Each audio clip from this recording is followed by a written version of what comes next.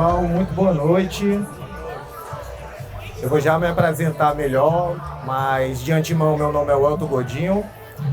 Estou muito satisfeito de estar nesse evento, tanto por ser um evento muito grande, como pelo tema que eu estou abordando. É um tema bem atual, um tema bem importante, e é o tema de meu estudo de mestrado e está sendo agora de doutorado também, que é o Alzheimer. Eu pesquiso sobre o Alzheimer como um todo, mas eu vou abordar sobre o Alzheimer e o exercício físico. Por que esse tema é muito interessante? Porque a população mundial está envelhecendo. Ninguém, em outro tempo da história, a humanidade nunca viveu tanto tempo. E para vocês terem uma ideia da incidência dessa doença, uma pessoa a cada 65 anos tem mal de Alzheimer, 3 pessoas na faixa de idade de 75 anos, de cada 10 tem mal de Alzheimer, e 6 pessoas de cada 10 com 85 anos tem mal de Alzheimer. É uma doença progressiva e alguns autores dizem que se você não desenvolveu Alzheimer é porque você não viveu tempo suficiente, porque o envelhecimento das células do cérebro levariam a ter o mal de Alzheimer em algum momento da vida. Como eu comecei me apresentando, meu nome é Elton Godinho, eu sou profissional de educação física, faço doutorado em ciências fisiológicas na UES, pesquisando sobre Alzheimer, sou mestre em fisiologia, pesquisando também sobre Alzheimer, pesquisei sobre melatonina e Alzheimer, vou mostrar alguns dos resultados da minha pesquisa. Sou membro da Sociedade Brasileira de Fisiologia, sou professor universitário, tenho alguns alunos da UES, da Uniflanor aqui, e sou membro da Comissão de Saúde do CREF5. Para não parecer algo muito técnico, e a gente vê como é um tema contemporâneo que envolve vidas e está relacionado à pessoa, eu trago trechos de uma carta de uma paciente com Alzheimer, que ela escreveu: "E se não te digo que sou grato por sua dedicação e seu amor, é porque a ponte se partiu e perdi o caminho que me levaria a compartilhar com vocês os meus sentimentos." Vou falar um pouco sobre fisiologia, vou falar sobre o efeito do exercício, mas sem nunca deixar de entender que é um problema de uma pessoa que está sendo falado aqui. Problema de várias pessoas. Para começar, eu vou fazer uma breve contextualização. Durante muito tempo foi separado o corpo da mente. Já acreditaram em certos períodos, por causa da luz. Já acreditaram em certos períodos que a mente e o corpo eram unidades separadas. Na verdade, interpretaram errado o que os antigos gregos diziam. Eles dividiam mente e corpo, mas era a mente no sentido de espírito. Eles consideravam corpo e mente uma unidade só. E interessante, só de 50 anos para cá, o cérebro começou a se entender a importância que ele tem. Eu vou já falar, mas o cérebro é um grande controlador do nosso corpo. Ele ajusta nosso corpo a mudanças de temperatura, ele faz com que você tenha impressões diferentes de outra pessoa sobre as mesmas coisas, ele faz com que você interaja com o meio ambiente através da sua visão, sua audição, e que você também se manifeste no ambiente através do seu gesto motor. É isso que o cérebro faz. E durante muito tempo foi considerada 2 unidades separadas. Para vocês terem uma ideia, durante um período consideravam o cérebro uma extensão da coluna vertebral. Aqui, para vocês terem uma ideia, Descartes ele fazia o dualismo, a separação entre corpo e mente. E até hoje, se vocês perceberem, ainda existem alguns preconceitos sobre isso. Algumas pessoas acham que, por exemplo, quem se dedica muito ao corpo não pode ser inteligente, ou quem estuda demais não tem tempo de treinar o corpo, e não reparam que é uma unidade só e que, inclusive, uma pode ter efeito sobre a outra, como eu vou mostrar daqui a pouco. O cérebro humano, ele cresceu. Quando a gente olha os antigos homídeos, O cérebro humano foi gradativamente se desenvolvendo. Nós não temos o maior cérebro da natureza, mas o nosso cérebro cresce se dobrando em camadas. Então a gente tem um cérebro antigo e um novo que surgiu, que foi se desenvolvendo e que se desenvolveu surpreendentemente rápido pelo período de tempo que levou para ter esse desenvolvimento, essas novas camadas. O cérebro antigo, ele é responsável por algumas reações instintivas que a gente tem, como algumas raivas que depois a gente pensa, como é que eu fiz isso? Provavelmente é resultado do seu cérebro primordial agindo, dominando a circunstância. E tem que ser assim, porque em algumas situações de perigo você tem que correr ou lutar. E então ele assume. Isso é muito visível com uma cobra que se enrola num serrote, como ela entende que está sendo atacada pelo serrote, ela não tem o neocórtex que a gente tem, ela fica cada vez atacando mais forte o serrote. Como? Apertando mais. E acabam morrendo. Nosso cérebro se desenvolveu, existem várias teses para o desenvolvimento do cérebro. Algumas levam em consideração o fato de nós andarmos sobre as duas pernas.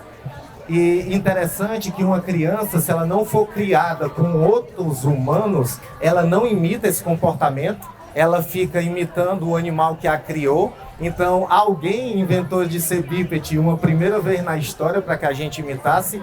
E aqui fica uma lição também para quem é pai. O seu filho, normalmente, ele imita o seu comportamento. Você pode morrer de falar para ele ser honesto. Se você fizer algumas coisas desonestas na frente dele, só para citar um exemplo, ele vai ter aquilo como referência de comportamento.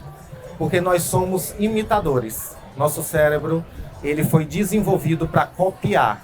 Nós ficamos de duas pernas porque a gente copia o movimento dos adultos. Outra tese é o fato de só nós, entre todos os primatas, conseguimos fazer oposição. Nós conseguimos tocar nosso polegar. E que vantagem traria isso? O fato de eu conseguir ter movimentos finos, conseguir registrar minha história na forma de pintura e desenho, conseguir criar instrumentos para me defender de outros animais, já que o ser humano não tem o corpo, a força que outros animais têm. E aí a gente começa com a hipótese que eu estou defendendo aqui, o movimento. Você se movimentar fez seu cérebro se desenvolver. Você conseguir cozinhar um alimento fez com que seu cérebro se desenvolvesse. Isso é uma tese mais levada para o lado da nutrição, mas se tiver algum nutricionista aqui, por exemplo, já ouviu falar do nosso segundo cérebro. Eu boto entre aspas porque provavelmente ele é o primeiro, viu? Ele provavelmente já era bem mais desenvolvido, o nosso cérebro digestivo, do que o encéfalo há alguns milhares de anos atrás. Ele é muito desenvolvido, para vocês terem uma ideia, nós temos tantas conexões nervosas aqui como pequenos animais. Aqui algumas funções do cérebro. A gente tem áreas, essa parte mais clarinha é o neocórtex, tem áreas responsáveis pelo movimento, planejamento, raciocínio, comportamento, emoções, linguagem expressiva. Ninguém ensina vocês que essa cara aqui é de nojo, ninguém ensina vocês que essa cara é de espanto. Tem várias atitudes que são inatas. O ato de dizer sim, por exemplo, até pessoas que nascem cegas fazem, ou seja, é uma memória epigenética ou genética, você traz dos seus antepassados. O ato de dizer não é aprendido.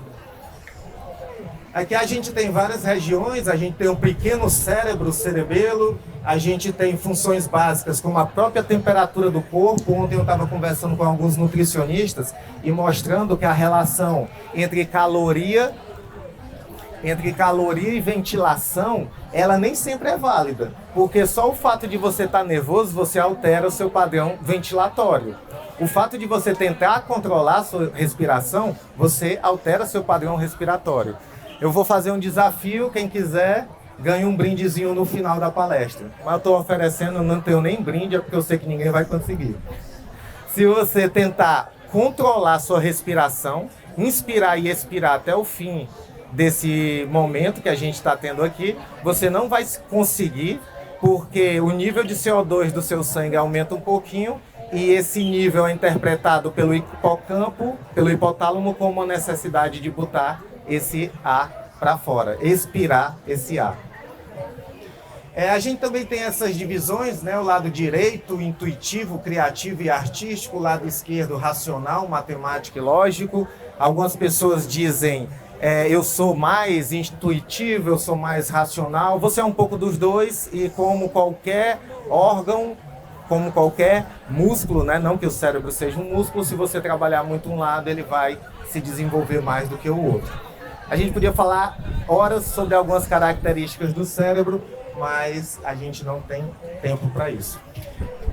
O cérebro foi dada a importância para ele, como eu disse para vocês, de 50 anos para cá, e começaram a perceber que o cérebro adoecia.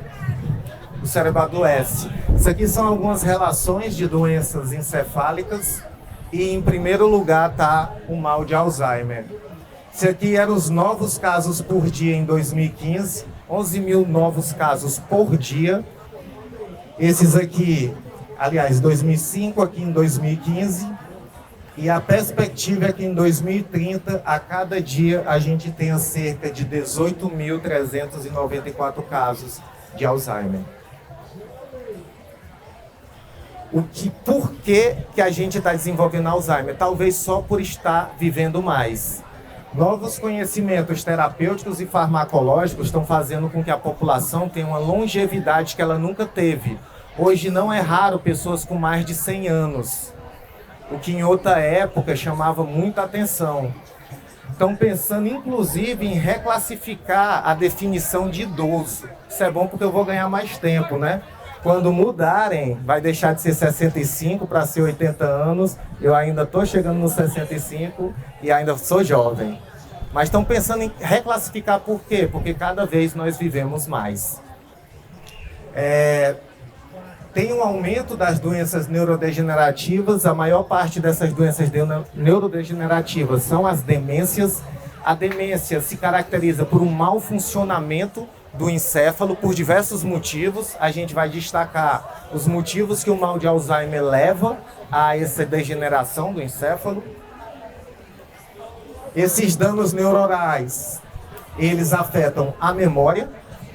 A pessoa começa a esquecer. Provavelmente o Alzheimer tem origem no hipocampo, que é uma regiãozinha que hoje a gente acredita que é responsável pela formação da memória curta.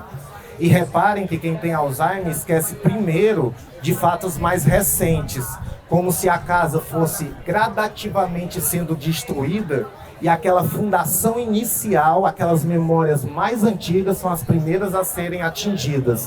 Muita gente me compartilha casos de parentes com Alzheimer e fala que não é raro ele pensar que está em outra época. Cadê meu marido, que algumas vezes já faleceu? Cadê fulana? Cadê minha mãe? Começa a se comportar como uma criança porque toda aquela fundação inicial começou a ser degradada. Eu tenho alterações do comportamento, tenho alterações de funções corporais básicas. Muita gente morre de tuberculose porque áreas do bulbo começam a ser atingidas pelo Alzheimer e a causas-morte é diagnosticado. Tuberculose, contudo, provavelmente morreu por causa dessa degeneração progressiva causada pelo Alzheimer. Então, mais casos ainda teriam se esses fossem diagnosticados.